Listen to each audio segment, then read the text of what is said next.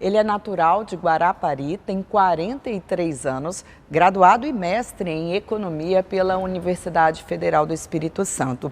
Foi também professor universitário na cadeira de Gestão Pública e é ex-secretário do governo Casagrande. Com a palavra, Tiago Hoffmann, eleito para o primeiro mandato de deputado estadual com 32.123 votos pelo PSB. Seja bem-vindo, deputado, ao nosso espaço. Obrigado, Patrícia. Quero te cumprimentar a todos os telespectadores do nosso programa Com a Palavra. É a primeira vez do senhor aqui no nosso programa, espero que seja a primeira de muitas. E a gente quer começar falando da sua história. Quando foi e como foi que o senhor decidiu entrar para a vida política? Olha, eu venho de uma família, né? O meu pai, em especial, sempre foi uma pessoa muito atuante na política, apesar de nunca ter tido um mandato eletivo, né? Então, assim, essa participação política já é algo que vem de dentro da família. E isso foi se desenvolvendo na minha vida profissional, porque eu trabalhei já saindo de Guarapari quando eu vim estudar aqui na Universidade Federal, fazer graduação em Economia. Eu fui estagiar numa empresa que é a Futura, que é um instituto de pesquisa e consultoria. E lá eu tive muito contato com a política, né? Tive contato com muitos políticos que contratam muitas pesquisas, em especial durante o período eleitoral. Então essa questão da política que já vinha da minha família foi algo que aconteceu meio que naturalmente na minha vida profissional, mas sempre nos bastidores, sempre participando da política, na parte técnica, na parte do planejamento das atividades de um determinado mandato, de campanhas eleitorais, né? Nunca disputando uma eleição, mas sempre participando como quadro técnico, até que a gente vai participando e você vai se despertando também para a necessidade de disputar uma eleição, de participar de fato, aí sim, buscando ter um mandato, buscando ter um cargo eletivo, né? Então isso aconteceu de forma muito natural, minha trajetória profissional foi me levando a isso sem que eu tivesse exatamente um planejamento para que isso acontecesse. Eu achei que eu ia ter uma carreira de consultor na iniciativa privada. Em paralelo, sempre fui professor, então desde que entrei no mestrado já comecei a dar aula, dei aula na Universidade Federal, dei aula na FAESA por mais de 15 anos, então eu tinha uma carreira de professor e em paralelo uma carreira de consultor. Mas ao invés de trabalhar com a consultoria na iniciativa privada, eu fui trabalhando com consultoria na política, fui tendo contato com os políticos, com os mandatários, e isso foi fazendo com que eu me aproximasse dessas pessoas, até que em 2010, já não mais por esta empresa Futura, já com a minha empresa própria de pesquisa e consultoria, eu fiz uma assessoria para o então senador Renato Casagrande, né? Ele era senador da República à época e pretendia disputar a eleição para o governo do estado em 2010. Então eu prestei uma assessoria de montagem de um plano de governo participativo. Nós percorremos todo o estado, ouvindo as demandas das pessoas, para que o senador, pré-candidato a governador, tivesse um plano de governo. Caso ele fosse candidato, ele já tinha ali o seu plano preparado a partir da participação de toda a sociedade capixaba. E se ele não fosse candidato, ele teria ali uma bela contribuição para eventualmente alguma candidatura ao governador que ele fosse apoiar. Aí a história, os nossos telespectadores conhecem. Em 2010, Renato Casagrande vai se eleger governador, começa o seu mandato em 2011 e aí começa a minha carreira na vida pública, né? Ao invés de na carreira de consultor com empresa, eu fui fazer parte da primeira gestão do governador Casagrande, né? Onde eu fui subsecretário de saúde na área administrativa financeira, em primeiro lugar. Depois eu fui secretário de governo e terminei o primeiro mandato do governador como chefe da Casa Civil, exatamente quando eu fui ter mais contato com a Assembleia, que a Casa Civil é a secretaria do governo do estado que tem uma relação mais direta com os parlamentares. E aí terminei a primeira gestão como secretário-chefe da Casa Civil. E dali em diante, depois tive uma passagem pela Prefeitura de Vitória, entre 2017 e 2018, fui secretário de Trânsito, Transporte e Infraestrutura Urbana. Em 2018 fui o coordenador geral da campanha do governador Casagrande, que novamente vai se eleger. Em 2019 inicia um novo governo Casagrande e eu fui secretário de governo e, por último, antes de sair do governo, secretário de Inovação e Desenvolvimento, né? Existia antes a pasta de Ciência, Tecnologia, Inovação e Educação Profissional e a pasta de Desenvolvimento Econômico. Essas pastas foram fundidas e o governador me deu a honra de conduzir essa secretaria, que eu saí dela em abril, em final de março, início de abril de 2022, aí sim para me descompatibilizar e disputar minha primeira eleição para deputado estadual. O senhor mostrou aí, né, como a gente sabe, uma bagagem já grande na história, né, na sua história como secretário e outras funções. Como o senhor pretende utilizar essa experiência nesse novo desafio que é o mandato aqui na Assembleia Legislativa? Olha, a minha experiência pelo Executivo, em especial passando por uma secretaria como a Secretaria de Governo, que tem uma visão muito geral, holística sobre o Estado como um todo, né, permite que a gente tenha uma noção muito clara dos desafios que o Estado do Espírito Santo tem nas diversas áreas, né? Então, esse conhecimento da passagem do Executivo facilita muito para que nós possamos ter um mandato que ataque, né, que enfrente as questões que eu acho que são fundamentais para melhorarmos a qualidade de vida dos nossos capixabas, dos nossos moradores aqui do Espírito Santo. Então, esse trabalho do Executivo traz, como você falou, Patrícia, essa bagagem, mas o mandato é muito diferente. Então, assim como eu trago essa bagagem do Executivo, a campanha me permitiu circular e conhecer o Espírito Santo. Eu digo sempre hoje que eu não conhecia o Espírito Santo. Ficava aqui em Vitória, dentro de um gabinete, trabalhando o dia inteiro em reuniões, viajava às vezes para os municípios maiores, mas agora eu conheço quase todos os municípios do Espírito Santo, conheço boa parte dos distritos desse estado, conheço boa parte dos distritos. Então, assim, conheci de fato a realidade dos capixabas, em especial dos capixabas mais humildes do interior e aqui da Grande Vitória. Então, hoje eu posso falar que a campanha me deu esse conhecimento também que eu não tinha. Então, eu já agrego o conhecimento do Executivo, a campanha me dá uma outra visão e o mandato dá, e aqui no mandato eu estou aprendendo. Aqui eu estou aprendendo, né?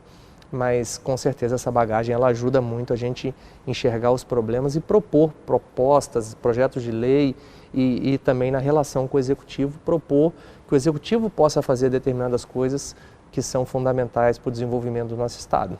O senhor se diz como um aprendiz aqui ainda do Parlamento, mas já entra em uma das mais importantes comissões da Casa, foi presidente da Comissão de Finanças, uma comissão estratégica tendo em vista um momento de recuperação mundial, né? Uma recuperação econômica necessária, mais pobres entraram, né, na linha da pobreza, mais pessoas entraram na linha da pobreza, que é a Comissão de Finanças. Como o senhor vê esse desafio? Olha, a Comissão de Finanças é, como você bem falou, Patrícia, uma das comissões mais importantes aqui da Assembleia, mas eu me sinto muito à vontade na Comissão de Finanças, né? Ela é Comissão de Economia e Finanças, porque eu sou economista, né, de formação, sou graduado em Economia, sou mestre em Economia, lecionei diversas cadeiras, em especial na área de gestão pública, então conheço muito bem as peças que compõem as ferramentas que o Executivo e os demais poderes e instituições têm para trabalhar, que são as peças relacionadas com o orçamento, né, o PPA, a LDO e a lei orçamentária. Então, conheço muito bem por dentro essas peças, como do ponto de vista do Executivo, sempre trabalhei ajudando na construção do orçamento que é enviado para apreciação da Assembleia.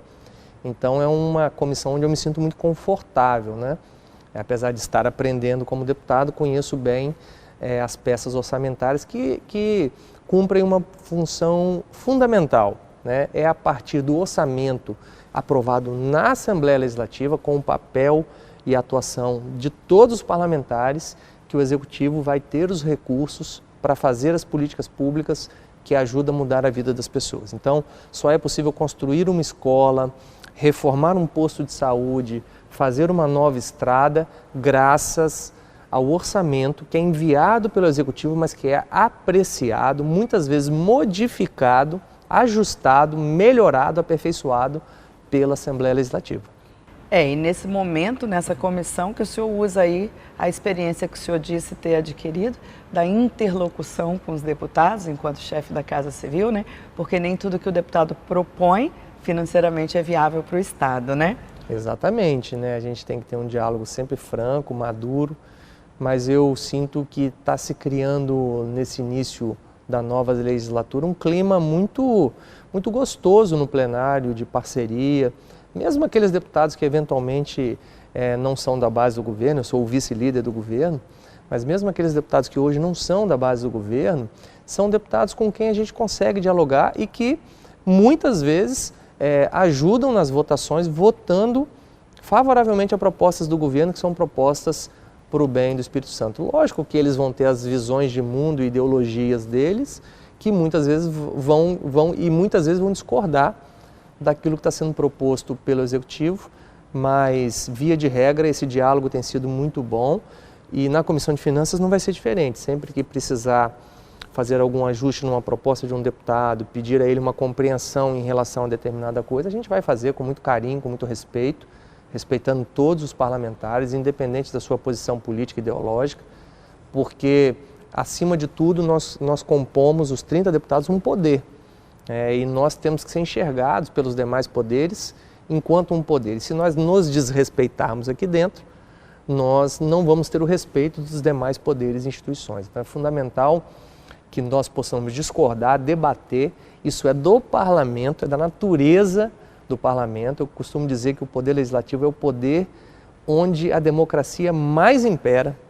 Onde a democracia mais impera. Você pode ver uma ditadura vinda em outros países, vinda do judiciário, você pode ver uma ditadura vindo do poder executivo, mas você nunca vai ver uma ditadura vindo do poder legislativo. Aqui é o lugar do debate, a casa do povo, é um lugar muito importante para a democracia, na construção dos valores republicanos de uma sociedade, e eu tenho certeza que essa relação que a gente faz aqui, na Comissão de Finanças vai ser da mesma forma, com sinceridade, franqueza, né, mas sempre com respeito àquilo que está sendo proposto pelos deputados. Deputada, eu vou pedir licença ao senhor para um breve intervalo. No próximo bloco a gente vai conversar sobre educação.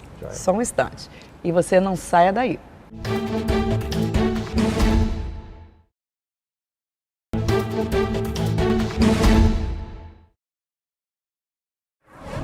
Estamos de volta com o segundo bloco do programa Com a Palavra e o nosso entrevistado hoje é o deputado Thiago Hoffmann. Deputado, o senhor é membro da Comissão de Educação da Assembleia e traz também uma experiência de 20 anos de sala de aula. Como que o senhor pretende tratar os desafios da educação e equilibrar com a experiência que o senhor tem? Olha, a educação é uma das pautas centrais do meu mandato, né? Eu passei a campanha inteira discutindo com a sociedade, debatendo as questões relativas à educação e ao desenvolvimento econômico, à geração de emprego e renda.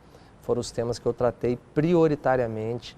Lógico, eu sempre disse que um deputado ele trata da saúde, ele trata da segurança pública, mas o tema da educação em todos os níveis, em especial da educação profissional e o tema da geração de emprego e renda são os dois temas centrais do meu mandato. E da educação é a minha paixão, é a minha vida, eu me dedico à educação, como você falou, há aproximadamente 20 anos. Né? Fui professor universitário durante todo esse tempo e eu sei do poder de transformação social da educação porque eu sou fruto da transformação que a educação pode promover. Eu venho de uma família muito simples, de um bairro de periferia da cidade de Guarapari. O meu pai é mecânico de automóveis, a minha mãe é dona de casa e eu não tenho a menor dúvida que eu só sou deputado hoje, fui secretário de Estado por muitos anos, pela transformação que a educação promoveu na minha vida, porque no bairro onde eu nasci, fui criado em Guarapari, muitos dos jovens que cresceram jogando bola comigo na rua, quando o bairro ainda não tinha uma rua sequer calçada, muitos desses jovens não estão mais entre nós para contar a história da vida deles, como eu estou contando um pouco da minha aqui. Muitos deles ou já foram mortos ou estão presos, porque quando você está na realidade de um bairro de periferia, você está sempre em contato com a violência, você está sempre em contato com o tráfico de drogas. Então conheço essa realidade e sei que o que diferenciou a minha vida da vida dessas pessoas que eu falei foi exatamente a educação. Meu pai e a minha mãe, com toda simplicidade, sempre entenderam a importância da educação para mim e para o meu irmão. Então, todo o sacrifício que o meu pai pôde fazer para eu estudar, ele fez. Eu me lembro muito quando eu tinha que vir para Vitória passar a semana aqui, morei na casa de uma tia minha, morei em República por muito tempo e sempre com a ajuda financeira do meu pai, que não tinha de onde tirar. Então, muitas vezes na pequena oficina mecânica dele, eu vi o meu pai vendendo sucata de ferro velho no fim de semana para me dar o dinheiro que eu precisava para passar a semana em Vitória, para comprar um livro, para lanchar, para pagar uma passagem de ônibus. Então, a minha vida, né, a vida que eu tive até chegar aqui, foi uma vida parecida com a grande maioria da vida dos capixabas e brasileiros, com muita dificuldade, com muita luta, e a educação transformou a minha vida. Então, eu tenho convicção sou professor por convicção, por acreditar no poder de transformação social da educação.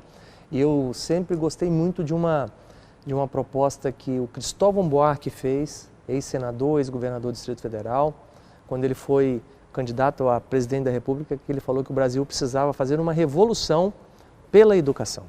Então, assim, eu entendo que nós temos que valorizar os profissionais da educação, ampliar os investimentos na área educacional, porque é isso que vai transformar a vida das pessoas. Só para dar um exemplo, por último, aqui na parte de educação profissional, por exemplo, nós lançamos no último governo Casagrande o programa Qualificar, que eu tive a honra de fazer a gestão desse programa. Só nesse programa, nos últimos 4 anos, de 19 a 22, foram capacitadas cerca de 350 mil pessoas. E quando você conversa com essas pessoas, aquele curso simples, um curso de formação continuada de 120 horas, é um curso prático, seja de estética, seja na área de culinária, aquele curso permite que aquela pessoa tenha um passaporte para entrar no mercado de trabalho ou para iniciar um pequeno negócio. Então, muitas, centenas, milhares de pessoas tiveram suas vidas transformadas graças a uma qualificação profissional. E é por isso que o meu mandato tem esse foco. E eu ainda vou propor ao longo dos próximos anos vários projetos, várias propostas, fora a discussão orçamentária, para que nós possamos cada vez mais colocar o Espírito Santo como um modelo de Estado na área da educação em todos os níveis. O senhor falou do Cristóvão Buarque e ele destacava que não existe, que na visão dele um novo sistema político-econômico deveria ser criado, nem o educacionismo, exatamente, nem o capitalismo, nem o socialismo. O educacionismo, isso aí. E essa revolução que ele pregou foi mais ou menos o que a Coreia do Sul fez e tem uma excelente performance na educação, na formação profissional, né? Exatamente. Até os anos 60, a Coreia do Sul tinha índices de desenvolvimento parecido com os países da África. E a Coreia do Sul hoje é um país extremamente desenvolvido, uma potência do ponto de vista tecnológico e com as maiores empresas do ramo de tecnologia, do ramo automobilístico, é uma potência, né, graças a um investimento maciço durante décadas na educação. Não tem milagre na educação. Não vai chegar um santo milagreiro que vai fazer um projeto que vai mudar a educação amanhã. São investimentos contínuos, seguindo as fórmulas mundiais que deram certo. No Brasil, o Ceará é um excelente exemplo, é o melhor exemplo do Brasil do que dá certo. Então, seguindo as fórmulas nacionais que deram certo e internacionais que deram certo, a gente manter um ritmo de investimento como vem sendo feito no Espírito Santo nos últimos anos, para que nós possamos, daqui a algumas décadas, termos gerações de pessoas muito mais preparadas e qualificadas e, consequentemente, com melhor renda e menor desigualdade social no nosso estado. No histórico do senhor também, o senhor tem participação na criação da Universidade Estadual do Espírito Santo, né? Tive a honra, como secretário de Inovação e Desenvolvimento, já falei do Qualificar, mas também de criar a primeira universidade pública estadual capixaba, que é o sistema universidades, né? Hoje nós oferecemos cursos de graduação e pós-graduação, né, em parceria com a UFES e com o IFES em diversos municípios do estado, cursos semipresenciais. Tenho certeza que a universidade vai ser um sucesso absoluto e tenho o maior orgulho de ter feito parte da criação do sistema universidades. Ciência e tecnologia, como o senhor já disse aí algumas vezes, é uma questão que tem bastante afinidade com o mandato do senhor também, né? Sem sombra de dúvida, porque tecnologia, tinha um professor meu na Universidade Federal que usava sempre essa expressão, quando ele perguntava o que é tecnologia? perguntava para os alunos. Alguns alunos respondiam assim, a tecnologia é uma câmera dessa que está nos filmando aqui, tecnologia é um computador. E ele dizia, não, tecnologia, conceitualmente, é acúmulo de conhecimento humano. Para se chegar a uma câmera, para se chegar a um computador, para se chegar à internet, muitas e muitas gerações de seres humanos, de homens e mulheres, foram aperfeiçoando algum instrumento, aperfeiçoando com conhecimento científico. E de onde vem o conhecimento científico? Da educação. Então, quando a gente fala de educação em todos os níveis, é educação científica também, porque nos níveis de mestrado e doutorado, nós trabalhamos pesquisas avançadíssimas, né? No Espírito Santo, por exemplo, nós temos pesquisas avançadíssimas com o apoio do Estado na área de redes neurais, na área de inteligência artificial. Nós temos o carro que se locomove sozinho aqui, que tem recursos públicos estaduais investidos nessas pesquisas, que são pesquisas, por que adianta ter um carro que anda sozinho? Porque esse é o futuro. Esse é o futuro. Você pode pensar assim que no trânsito pode até demorar isso acontecer, mas você tem áreas industriais perigosas, onde hoje você tem motoristas dirigindo veículos em áreas industriais perigosas. E esse veículo vai poder se locomover nessas áreas sem botar em risco nenhuma vida humana. Então são pesquisas que vão desenvolvendo a tecnologia e que surgem a partir da educação. O senhor falou de futuro. Vamos falar agora de uma poupança para o futuro dos capixabas, que é o Fundo Soberano. O senhor chegou a chamar esse projeto de filho amado, né? É verdade. Assim, o Fundo Soberano, para quem está nos assistindo, ele é uma poupança para as futuras gerações, né?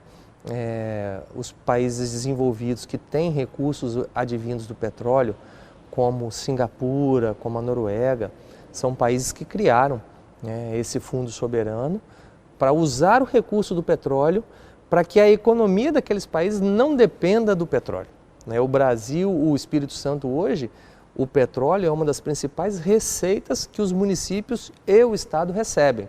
Nós aqui tratamos muito bem a receita do royalty do petróleo, mas se a gente for olhar o nosso vizinho Rio de Janeiro, já não é bem assim. O Rio tem uma dependência do dinheiro do petróleo para pagar as contas básicas, para pagar salário de funcionário, para fazer os investimentos. O Espírito Santo não, o Espírito Santo tem a capacidade não só de reservar no próprio caixa o dinheiro do petróleo, como de criar um fundo como o Fundo Soberano, que é para guardar esse dinheiro não para ser gasto no atual governo do governador Casagrande, na atual gestão da nossa Assembleia, do presidente Marcelo Santos, não, é para que as gerações futuras decidam o que vão fazer com esse recurso. E esse dinheiro fica sendo investido. E o melhor de tudo, ele não é só investido numa poupança lá parada dentro de um banco, ele é investido nas empresas. Então, empresas capixabas que queiram se expandir, ou empresas de fora que queiram se instalar no Espírito Santo, principalmente aquelas de áreas ligadas à nova economia, vamos chamar assim, a economia da tecnologia, são empresas que podem receber aporte, recurso do Fundo Soberano. O Fundo Soberano entra como sócio dessas empresas para que no futuro o lucro que essas empresas tenham possa se reverter para o Fundo Soberano, voltar para o fundo e que o fundo possa investir em novas empresas, gerando aí um ciclo de crescimento sustentável para o Estado. Então, nós estudamos as melhores experiências mundiais sobre fundos soberanos, né? O fundo hoje é gerido de maneira profissional, com toda a transparência. Se você entrar no portal da transparência, tem lá os recursos do Fundo Soberano, como eles são aplicados, onde eles são aplicados, como eles estão rendendo. Há um conselho que define e tem uma gestão profissional contratada para que faça a gestão do fundo. Então, de fato, é um filho que eu ajudei, é um filho do governador Casagrande, mas que eu diria que eu sou o padrinho dele, né? Ajudei a criar ele como é hoje, né? Enquanto secretário de governo. E hoje ele está de pé e funcionando muito bem, graças a Deus, e vai ajudar muito e vai ser exemplo para o Brasil, com certeza. E por falar em governo Casagrande, como que deve ser a relação do deputado Thiago Hoffmann, sua vice-líder, né, com o executivo nesse período de mandato? Olha, não tenho dúvida que vai ser a melhor possível, né? Eu sou testemunha da forma como o governador Casagrande faz gestão pública, né? Participei das suas 2 gestões anteriores e o meu papel na Assembleia vai ser sempre um papel crítico, claro, né? Um papel de quem tem como parlamentar o dever de fazer as fiscalizações, o Poder Legislativo tem o dever de fiscalizar os demais poderes e instituições, incluindo o Poder Executivo, principalmente o Poder Executivo, principalmente que eu sou presidente da Comissão de Finanças, a gente fiscaliza a execução orçamentária do Estado para saber se está sendo feita de acordo com o que foi aprovado na Assembleia, mas vai ser sempre uma relação de muita parceria, uma relação em que nós podemos levar aquilo que tem que ser aperfeiçoado de maneira crítica, mas sempre com um olhar do aperfeiçoamento, não da crítica pela crítica, né? Um olhar do aperfeiçoamento e a parceria para que nós possamos aqui continuar fazendo as políticas públicas que colocaram o Espírito Santo como o estado, um dos estados com a melhor educação do Brasil, a segunda maior longevidade do Brasil, a menor mortalidade infantil do Brasil, o único estado brasileiro que tem um fundo soberano. Então, as políticas públicas, o maior investimento proporcional do Espírito Santo, do Brasil, desculpa, por estado. Então, nós estamos falando de um estado que tem resultados muito importantes, né? E a Assembleia é parte disso, as assembleias anteriores, os governos anteriores, fez parte dessa gestão. Ninguém governa sozinho e não vai ser diferente agora.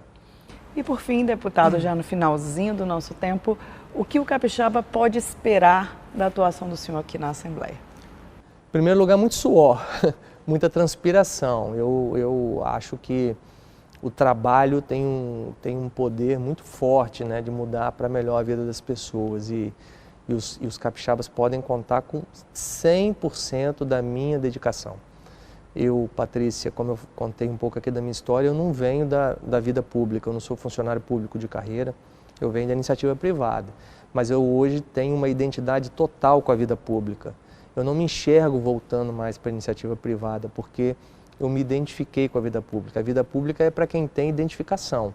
Se alguém acha que vem para a vida pública para enriquecer, está no lugar errado. Quem quer enriquecer tem que ir para a iniciativa privada, tem que empreender, tem que correr risco, tem que gerar emprego para as pessoas. Quem está na vida pública tem que estar na vida pública por vocação. E eu tenho hoje a clareza da minha vida, que eu tenho vocação para a vida pública.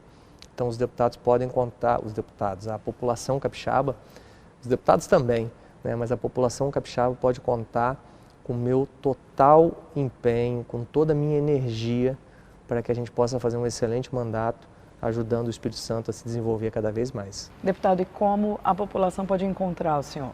Olha, vai aparecer aqui para vocês podem acompanhar o nosso mandato, além da TV Assembleia, né, que vocês acompanham o nosso cotidiano aqui no plenário em especial, mas acompanhar também o meu mandato pelas minhas redes sociais, pelo Instagram, Facebook, pelo YouTube. A gente tem sempre ali uma característica de colocar aquilo que a gente está pensando em relação ao Espírito Santo, mas também o nosso cotidiano, o nosso dia a dia, os projetos, a realidade aqui do plenário, a relação com o governo. Então tudo isso fica disponível lá nas nossas redes sociais para que a gente tenha um mandato sempre muito transparente, sempre muito claro para que as pessoas possam acompanhar nossas posições e nossas ações.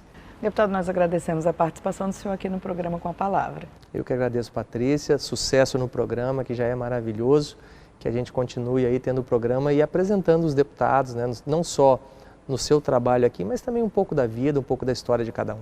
Ok, muito obrigada. E você que está em casa, se você gostou do conteúdo, compartilhe com as suas redes sociais. O endereço aqui, da nossa página no YouTube. Obrigada pela sua companhia e continue com a nossa programação. TV Assembleia mais perto de você.